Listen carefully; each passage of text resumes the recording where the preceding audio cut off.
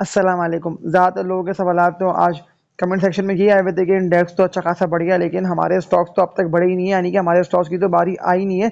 वो तो अब तक रेजिस्टेंस एरिया को ना ब्रेक करके इससे भी ऊपर नहीं निकले। तो मैं आप लोगों को यही बोल देता हूँ कि अगर आप लोगों ने मजबूत कंपनीज के स्टॉक्स को बाय कर रखा है ना, तो कभी भी आप लोगों को लॉस और आप लोगों को ना हार का सामना नहीं हो सकता, क्योंकि अभी भी ये मार्केट ना आप लोगों को मौके भरपूर दे रही होगी। जिस तरह से KC 100 परफॉर्म कर रहा है ना, और बाइंग कंटिन्यूसली जनरेट हो ही रही है हर लेवल्स पे KC 100 में। इसलिए कि ज़्यादातर स्टॉक्स तो ना डिप पे आप लोगों को मिल रहे हैं, और वो आप लोगों को देख के लग ही नहीं रहा है कि वो सस्ते मिल रहे हैं।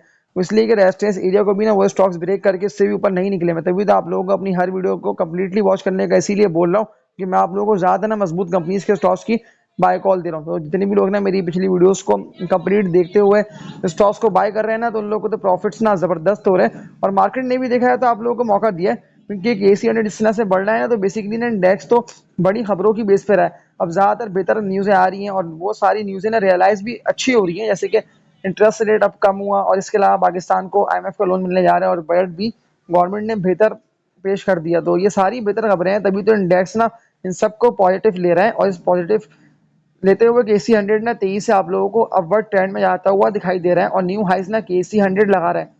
तो आप लोगों से एक बात ये बोल देता हूँ कि इस वीडियो को ना लाइक कर दिएगा, और जितने भी न्यू ऑडियंस जो ये वीडियो वॉच कर रहे हैं ना, वो चैनल को लाजमी सब्सक्राइब कर लें, ताकि फिर आप लोगों को बिना इस तरह की बेहतर वीडियो बर वक्त मिलती रहे, क्योंकि मैं आप लोगों को सारे ना मजबूत कंपनीज के स्टॉक्स की बाय कॉल दे रहा हूँ। और आज की इस वीडियो में ना मैं आप लोगों को ऑलमोस्ट 8 से लेकर ना 10 कंपनीज के स्टॉक्स की ना बाय कॉल दूंगा। तो अगर आप लोगों ने बाय कर रखे हैं तो इनका आप लोग सेल मत करिएगा, क्योंकि विद वॉल्यूम्स ना KC 100 बढ़ रहे हैं, और अब आप लोगों को वो स्टॉक्स 23 से ना ऊपर जाते हुए दिखाई देंगे, इनमें आने के पिछले दिनों वॉल्यूम्स अच्छे लगे, और विद वॉल्यूम्स ना वो स्टॉक बढ़ते चले गए हैं, लेकिन रेजिस्टेंस एरिया को ब्रेक नहीं करा है, तो उसमें कोई ऐसे मसले की बात नहीं है।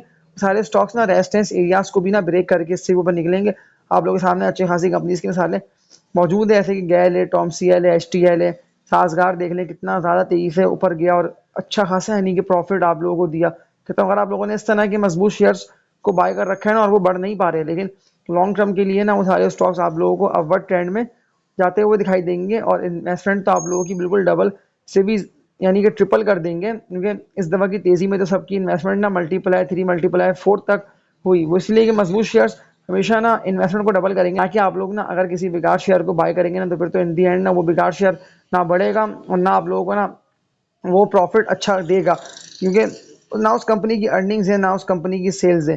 तो जो स्टॉक्स मैं आप लोगों को बता रहा हूँ ना, तो इस वीडियो को कम्प्लीटली देखते हुए इन कंपनीज के स्टॉक्स को आप लोग बाय लाजमी करें। कहता हूँ इनमें कोई भी ऐसी ना मसले की बात नहीं, ना कोई ऐसी नेगेटिविटी है। अब ऐसा होता है कि ना ज़्यादातर लोग प्रॉफिट टेकिंग करते हैं, यानी कि डिप्पे बाय करके ना, जब स्टॉक तेजी से बढ़ता है ना ऊपर की तरफ, तो फिर ना लोग हाई साइड पे प्रॉफिट टेकिंग, और तो फिर ना लोग हाई साइड पे तो फिर ना लोग हाई साइड पे प्रॉफिट टेकिंग करके प्रॉफिट को रियलाइज कर लेते हैं बेसिकली, तभी तो वो स्टॉक ना आप लोगों को गिरता हुआ दिखाई देता है। लेकिन अगर मजबूत कंपनी का स्टॉक होगा ना, तो वो गिरेगा, लेकिन वो गिरते ही तेजी से रिकवर करेगा। जैसे कि अगर मैं एक कंपनी की बात कर लेता हूँ ना, तो इसका नेम है ईफर्ट Engro fertilizers limited. Last day की ट्रेडिंग में तो 165 रुपए की रेट पे ट्रेडिंग करता रहा। वॉल्यूम्स तो इसमें अच्छे बनने हैं, तो ये स्टॉक बिल्कुल आप लोगों को जो इसका रेजिस्टेंस एरिया बना हुआ है ना 176 का, इससे भी ऊपर निकलता हुआ दिखाई देगा। लेकिन मैं आप लोगों को 100% श्योर कहता हूँ कि यहाँ आप लोग बाय लाजमी इसको करके रख के, जो मजबूत लेवल्स ईफर्ट के बने हुए हैं ना, अगर ये डिप मारते कोई भी ऐसी एक आध न्यूज़ें आती हैं, तो 150 से लेकर 155 रुपये का ये इनिशियल मजबूत इसका लेवल है। लेकिन इस मजबूत लेवल को ना ऑनर करके अगर गिरता है तो तेजी से बढ़ेगा। लेकिन अभी तो जिस तरह से बुलिश ट्रेंड में दाखिल है, तो मैं कहता हूँ इस तरह के बुलिश ट्रेंड में जो जो स्टॉक्स दाखिल है ना, तो आप लोगों ने कंपनीज को बाय लाजमी करें, क्योंकि मार्केट तो तेजी से बढ़ के ना आप लोगों को भरपूर यानी कि मौके दे रही है। मतलब ऐसा नहीं है कि आप लोग ये बोले कि हमें इसमें लॉस होगी, तो पैसे ना इस टाइम डबल करने का वक्त है। तो ईफर्ट जो है ना ये और मजीद बुलिश ट्रेंड में जाएगा, क्योंकि अब जिस तरह से ये तेजी से उठ रहा है ना, तो तेजी से उठते हुए आप लोगों को क्लियरली बता रहा है कि बाय लाजमी कर लें, क्योंकि बायर जिसमें दोबारा से ना एंटर होगा, और विद वॉल्यूम्स ये स्टॉक बढ़ रहा है तो अच्छी बात है। जो टारगेट्स इसके बनते हैं ना ई फट के, अगर ये तेजी से उठता है और ऊपर की तरफ निकलता है, अगर ये ट्रेडिंग कर लेता है ना विद वॉल्यूम्स 175 के रेट पे, तो फिर ये बहुत तेजी से उठेगा। फिर ये आप लोगों के ना हाथ नहीं आएगा, क्योंकि अगर मैं पिछली बाय कॉल्स की बात कर लेता तो मैंने आप लोगों को अच्छे खासे यानी कि लो रेटों पे इसकी बाय कॉल दी थी ईफट की, तभी आप लोगों को इसकी बाय कॉल अभी दोबारा दे रहा हूँ। और वो इसके लो रेट से 75 टू 78 रुपये यानी कि 80 रुपये तक मैंने आप लोगों को कहा था कि लाजमी आप लोग उसको बाय करें। लेकिन लोगों को था लगता है कि मैं आप लोगों को बता रहा बेकार शेयर हूँ, और फिर आप लोगों को लॉस होगा। तो जितने भी लोगों ने ये समझते हुए इस कंपनी के स्टॉक को बाय नहीं करा, तो उन लोगों ने तो अच्छा खासा लॉस यानी कि रियलाइज करा दूसरी कंपनीज के स्टॉक को बाय करके, ऐसे कि सिनर्जी या WTL के इलेक्ट्रिक। अगर आप लोगों ने इस तरह के शेयर्स में काम करा, ना कि आप लोगों ने ईफर्ट को बाय करा, ठीक है। ईफर्ट जो है ना वो डिविडेंड पेइंग कंपनी का स्टॉक है, पे आउट्स की हिस्ट्री तो ईफर्ट की शानदार है, और जिस तरह से ना ईफर्ट हर क्वार्टर में यानी कि पे आउट अच्छे दे रही होती है, आप लोग भी देख सकते हैं कि 8 रुपये 8 रुपये 6 रुपये 3 रुपये यानी कि ज़बरदस्त डिविडेंड्स की इसकी हिस्ट्री है। अभी तो बाइट जिसमें एंटर है, जिस तरह से इंडेक्स अब 77 से ऊपर आप लोगों को निकलता हुआ दिखाई दे रहा है, यानी कि 80 से में इंडेक्स जाएगा, अब 85 88 ये सारे टारगेट्स इंडेक्स हिट करेगा। तो इस बढ़ते इंडेक्स में ना आप लोगों को ये स्टॉक और मजीद तेजी से बढ़ता हुआ दिखाई देगा। जो टारगेट्स इसके बनते हैं ना ईफर्ट के, तो ये पूरा पूरा ना 200 रुपये तो फिलहाल हो जाएगा। जो स्टॉक बुलिश ट्रेंड में दाखिल है तो आप लोगों को ऊपर की तरफ ही जाता हुआ दिखाई देगा। इसके अलावा एक और कंपनी की बात कर लेता हूँ, तो मैंने आप लोगों को इससे पहले भी इसकी बाय कॉल दी थी, लेकिन ज़्यादातर लोगों के सवाल तो कमेंट सेक्शन में आए हुए थे, तो मैं इसका तभी आप लोगों को बता रहा हूँ। इसका नेम है SNGPL, सुई नॉर्दर्न गैस पाइपलाइंस लिमिटेड के लास्ट डे की ट्रेडिंग की बात कर लेता हूँ। तो ये बात अच्छी है कि स्टॉक ना आप लोगों को डिप पे आके मौका भरपूर दे रहा है। 65 रुपये के रेट पे तो ये ट्रेडिंग करता रहा लास्ट डे, लेकिन वॉल्यूम्स इसमें अच्छे बने, यानी कि 17 लाख शेयर्स का SNGP में ना काम भी हो गया। SNGP के लॉन्ग टर्म टारगेट्स की बात कर लेता हूँ ना, अगर ये मजीद तेजी से उठता है और ये अपने न्यू टारगेट्स को हिट करके न्यू हाइस लगाता है, तो SNGP के बनते हैं 80 से लेकर ना 85 रुपये के, तो ये यहाँ तक जाए। तो उससे पहले पहले आप लोग ने इसके मजबूत लेवल्स को देखते हुए, क्योंकि बनते हैं SNGP के 60 से लेके ना 65 रुपये के, तो अगर ये आप लोग इस दरमियान मिलता है, यानी कि 62 63 रुपये के रेट पे मिलता है, तो फिर यहाँ आप लोग लाजमी ना SNGP को बाय करिएगा, क्योंकि ये स्टॉक आप लोगों को 100 रुपये से भी ऊपर जाता हुआ दिखाई देगा। इसके अलावा एक और मजबूत कंपनी के स्टॉक की बात कर लेता हूँ, तो ज़्यादा लोगों के सवाल तो इस कंपनी के स्टॉक के हवाले से आए हुए थे कि इसका बताइएगा आप लोग लाजमी, हमने इसको बाय कर रखा है। तो इसका नेम है फौजी फूड्स लिमिटेड, FFL इसका कोड है। फौजी फूड के लास्ट डे की ट्रेडिंग की बात कर लेता हूँ, लेकिन आप लोगों को ये कहता हूँ कि आप लोग ना इसको बाय लाजमी करें। तो ये अच्छा खासा यानी कि लो पे आ चुका है, 9 रुपये 21 पैसे पे, तो ये अभी ट्रेड कर रहा है। तो जो मजबूत लेवल्स इसके बनते हैं ना FFL के, वो इसके बनते हैं 8.5 9 रुपये, यानी कि ये इसके मजबूत लेवल्स बनते हैं। लेकिन अब जिस तरह से तेजी से बढ़ रहा है फौजी फूड्स, तो फिर ये जो इसका रेस्टेंस एरिया बना हुआ है ना, क्योंकि फौजी फूड्स का बना हुआ है 11 साढ़े 11 रुपये का, तो फिर ये 11.5 रुपये को ना ब्रेक करके इससे भी ऊपर तेजी से जा सकता है। इसके अलावा एक और कंपनी की बात कर लेता हूँ ना, तो इसका नेम है एवेंसियन लिमिटेड, AVN इसका कोड है। ज़्यादा लोगों के सवाल तो कमेंट सेक्शन में आए हुए थे कि लाजमी दोबारा आप ना इसका बताइएगा, क्योंकि मैंने आप लोगों को ज़्यादातर ना अपनी पिछली वीडियोस में मजबूत शेयर्स की बाय कॉल दी थी, तो आप लोगों ने देख लिया कि फौजी फूड्स आप लोगों को डिप पे आके मौका दे रहे हैं। जो टारगेट्स फौजी फूड्स के बनते हैं ना, अगर ये तेजी से निकलता है और 15 रुपये को ये ब्रेक करके तेजी से ना ऊपर जाता है, तो फिर ये न्यू हाइस लगाएगा। जो टारगेट इसके बनते हैं ना, उसके बन जाते हैं 18 से लेकर 19 रुपये की, जो मुझे यानी कि देख के लग रहा है ये बिल्कुल यहाँ तक जाएगा। इसके अलावा एक और मजबूत शेयर की बाई कॉल की बात कर लेता हूँ, तो इसका नेम है गैल गंदारा ऑटोमोबाइल्स लिमिटेड।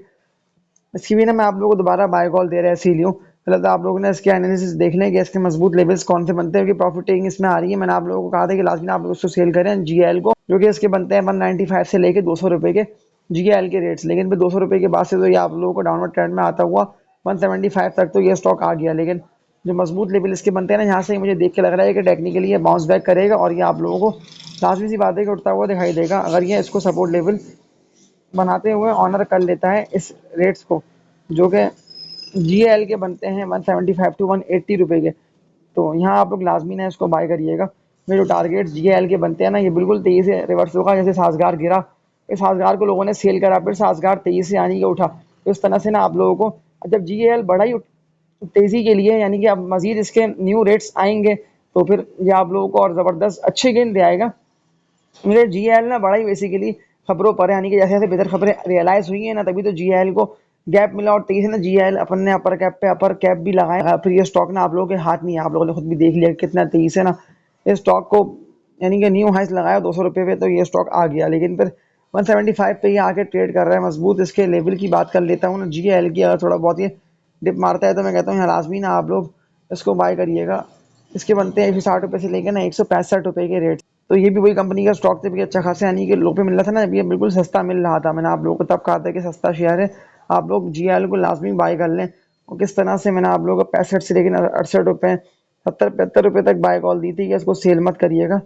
तो कितना तेजी से ना GL बुलिश ट्रेंड में दाखिल होते हुए आप लोगों को प्रॉफिट्स अच्छे देगी। इसके अलावा एक मजबूत शेयर की ना आप लोगों को बाय कॉल और दे रहा हूँ, इसका नाम है ISL international steel industries limited. ISL के लास्ट डे की ट्रेडिंग की बात कर लेता हूँ, तभी तो ये 86 के रेटों पे ट्रेडिंग कर रहा है। लेकिन वॉल्यूम्स की बात कर लेता हूँ, तो इसमें ना अच्छे बन रहे हैं, 24 लाख से ज़्यादा शेयर्स का ISL में काम भी हो गया। ISL के मजबूत लेवल्स की बात कर लेता हूँ, अभी तो ये ऑल टाइम हाइस पे ट्रेड कर रहा है, यानी कि दोबारा से तेजी से बढ़ते हुए ना 85 रुपये से ऊपर तक गया, यानी कि 88 89 रुपये तक का तो ISL ने हाई लगा, लेकिन अभी थोड़ा बहुत नीचे आ रहा है, तो यहाँ लाजमी आप लोग ना ISL को बाय करें।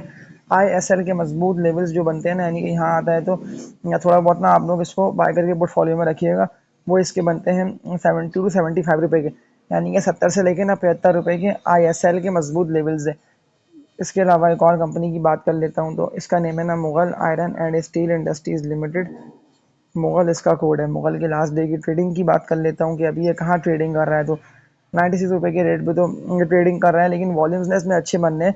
लेकिन जो इसके लॉन्ग टर्म टारगेट्स बनते हैं ना, वो तो मैंने आप लोगों को इससे पहले भी बताए हुए थे कि ये बिल्कुल यहाँ तक जाएगा मुगल। तो वो तो आप लोगों ने देख लिया कि 100 रुपये तक तो ये गया, यानी कि मैंने आप लोगों को 50 से लेके ना 55 रुपये की रेटों पे मुगल की ना बाय कॉल दी थी, और 50 से ना 55 रुपये आला शेयर मुगल का कितना तेज़ी से बढ़ते हुए 100% डबल हुआ। तो बिल्कुल ये अभी भी तेज़ी से बढ़ सकता है, जिसके न्यू हाईएस्ट बनते हैं ना, यानी कि और ये कितना बढ़ेगा। तो जो मुगल के न्यू रेट्स है ना, वो हैं 145 रुपये से लेके ना 155 रुपये तक के। तो ये बिल्कुल आप लोगों को 145 रुपये से लेके ना 155 रुपये तक जाकर ट्रेडिंग करता हुआ दिखाई देगा। तो उससे पहले पहले आप लोगों के पास मौका अच्छा है कि अभी भी ना आप लोग करंट रेटों पे इसको बाय करें। मैं लाजमी तभी तो आप लोगों से कह रहा था ना कि आप लोग इसको बाय करके रखें, लेकिन अगर आप लोगों ने बाय नहीं करा तो इन दी एंड पर आप लोगों की गलती है, क्योंकि ये स्टॉक तो आप लोगों के हाथ से दोबारा से निकल रहा है। तो अब ये न्यू हाइज लगाएगा और ये मजीद तेजी से बढ़ के ऊपर की तरफ जाएगा। इसके अलावा आखिरी कंपनी की बात कर लेता हूँ, तो ज़्यादा लोगों के सवाल तो आए हुए थे कि लाजमी आपने इसका बता दिएगा कि हमने इसको बाय कर रखा है। तो इसका नेम है EPCL Engro polymers and chemicals के। लास्ट डे की ट्रेडिंग की बात कर लेता हूँ, तो अभी तो ये 43 रुपये के रेट पे ना ट्रेडिंग कर रहा है, लेकिन वॉल्यूम्स ना होने के बराबर बनने, यानी कि इतना ना इसमें सेलिंग प्रेशर दिखने में नहीं आ रहा है। तो यहाँ करंट रेटों पे बाइंग बनती है। जो टारगेट इसके बनते हैं ना, कि ये अभी ना बेसिकली ये अभी ट्रेडिंग कर रहा है और एकोमोडेशन के फेस में है, यानी कि अभी है ना जमा। तो बेसिकली अभी है ना एकोमोडेशन के फेस में है, यानी कि अभी है ना जमा हो रहा है। EPCL जो कि इसके मजबूत लेवल्स यही है, जो कि इसके 40 से लेके ना 52 रुपये तक, यानी कि जो इसका रेजिस्टेंस एरिया बना हुआ है ना, जो कि इसका 50 रुपये तक गया। तो ये अभी यहाँ के ट्रेड कर रहा है, तो यहाँ लाजमी ना आप लोग इसको बाय करें। जो टारगेट्स EPCL के बनते हैं ना, अगर ये और मजीद बुलिश होता है तो मैं कहता हूँ फिर ये स्टॉक ना आप लोगों के हाथ आएगा नहीं। और 70 रुपये से लेके ना 72 रुपये तक के ना EPCL के टारगेट्स बनते हैं, यानी कि यहाँ तक बिल्कुल जाएगा। तो उससे पहले पहले आप लोग इसको बाय करके ना पोर्टफोलियो में रखें।